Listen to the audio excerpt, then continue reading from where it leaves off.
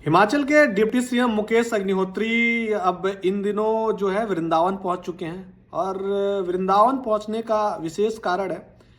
वे बताते हैं कि मेरी पत्नी प्रोफेसर सिमनी अग्निहोत्री का बहुत ज़्यादा साधु संतों से लगाव था और मेरी पत्नी ने प्लान बना रखा था कि हम लोगों को चलना है और हम लोग चल के प्रेमानंद जी महाराज से मिलेंगे और उनका आशीर्वाद लेंगे।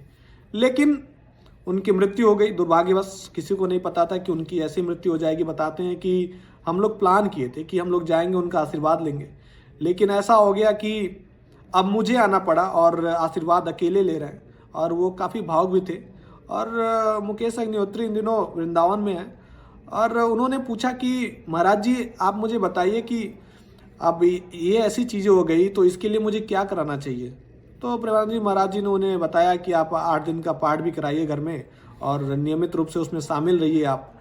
अब प्रेमानंद जी महाराज जी काफ़ी फेमस हैं यूट्यूब पे और तरह तरह की उनकी वीडियोस निकल कर आती हैं। कभी भारत के कुछ ऑफिसर्स वहाँ पहुँचते हैं, कभी तमाम जो दिग्गज बड़े नेता है वो पहुँचते हैं, कभी कोई खिलाड़ी पहुँचता है।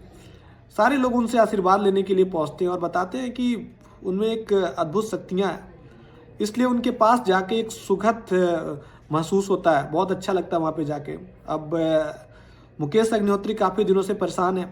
पत्नी का डेथ हो गया, दुर्भाग्यवश किसी को पता नहीं था, अचानक उनकी मृत्यु हो गई और वो काफ़ी तभी से परेशान थे और उन्होंने अपने मन को शांति के लिए वो इस समय वृंदावन पहुँचे हुए हैं और प्रेमानंद जी महाराज जी से आशीर्वाद ले रहे हैं।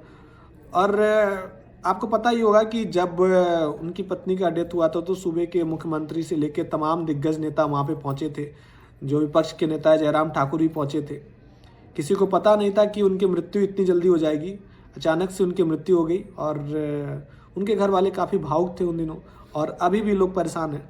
और इसी के चलते वो डिप्टी सीएम जो हैं मुकेश अग्निहोत्री वृंदावन पहुंचे हुए हैं और महाराज जी से आशीर्वाद ले रहे हैं और बता रहे हैं कि कैसे क्या किया जाए, कैसे दान किया जाए, कैसे हमें मतलब इन चीज़ों का निवारण करूं मैं। तो उन्होंने बताया प्रेमानंद महाराज जी से कि आप 8 दिन का पाठ कराइए और नियमित रूप से उसमें शामिल भी रहिए और सारी चीज़ें सही हो जाएंगी, ऐसा प्रेमानंद जी महाराज जी कहते हैं।